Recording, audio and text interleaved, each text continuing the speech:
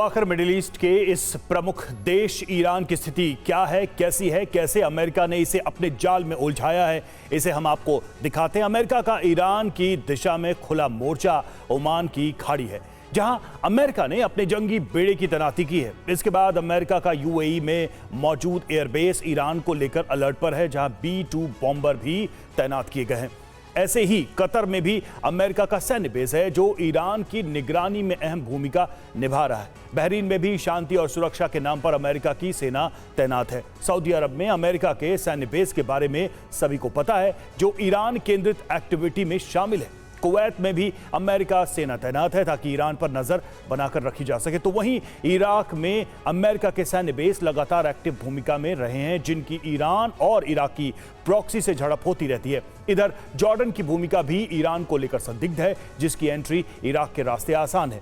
Israel की बात करेंगे तो ईरान से अदावत जग जाहिर है। सीरिया के रास्ते ईरान डायरेक्ट टारगेट कर रहा है। तो वहीं सीरिया में अमेरिकन फोर्स जमी ही इसलिए कि असद सरकार के खिलाफ ईरान की गतिविधि न बढ़ सके। इसके अलावा तुर्की में भी नाटो के बेस की भूमिका ईरान को केंद्र में रखकर देखी जा रही है। और एक तरफ है अजरबैजान, जहां तुर्की समर्थक सरकार है, और ये ईरान के लिए अशुभ संकेत है। यानी ईरान का ऐसा घेराव हुआ है कि सारे ऑप्शंस खत्म हो चुके हैं।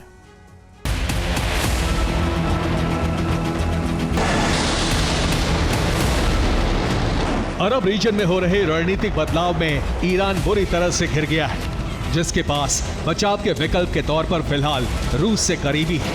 अरब रीजन में फैले उसके प्रॉक्सी संगठन हैं, जो ईरान के दुश्मनों की पहुंच को मुश्किल बनाते हैं। लेकिन गाजा से शुरू हुए ऑपरेशन के बाद प्रॉक्सी संकट में है, इसलिए ईरान एक ऐसे विकल्प को तैयार करना चाहता है जिससे उसे सुरक्षा का विश्वास मिल सके, और यह विकल्प है न्यूक्लियर बम।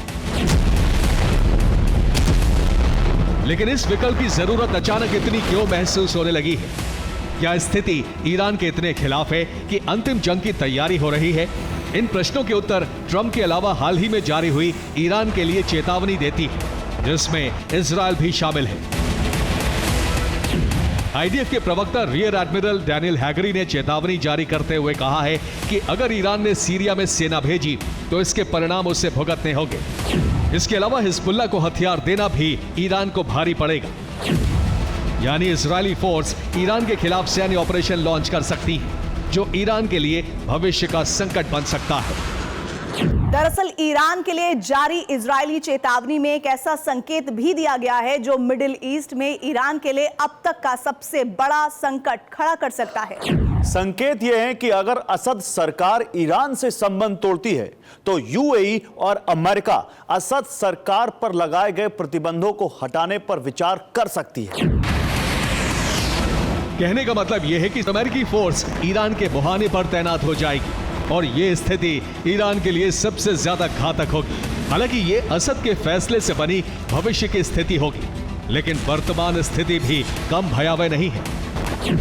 इजराइल और यूएस अरब रीजन की जंग में सक्रिय हो गए हैं। ईरान समर्थक देशों को टारगेट करके हमला किया जा रहा है।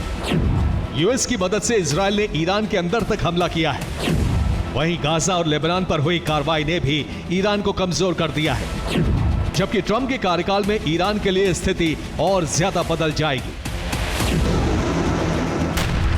जबकि एक सबसे बड़ा डर है ईरान के अंदर से उठने वाली बगावत की आवाज, जिसे भड़काकर विद्रोह को सशस्त्र बनाकर अमेरिका तख्ता पलट जैसी स्थिति भी बना सकता है, जिसे ईरान के सुप्रीम लीडर भी महसूस कर रहे हैं। और इसका प्रमाण है ईरान के राष्ट्रपति मसूद पेज़ेश्कियान की पोतेन से सीरिया संकट पर चर्चा, जिसके बाद रूस ने ईरान को Su-35 की सप्लाई शुरू कर दी है।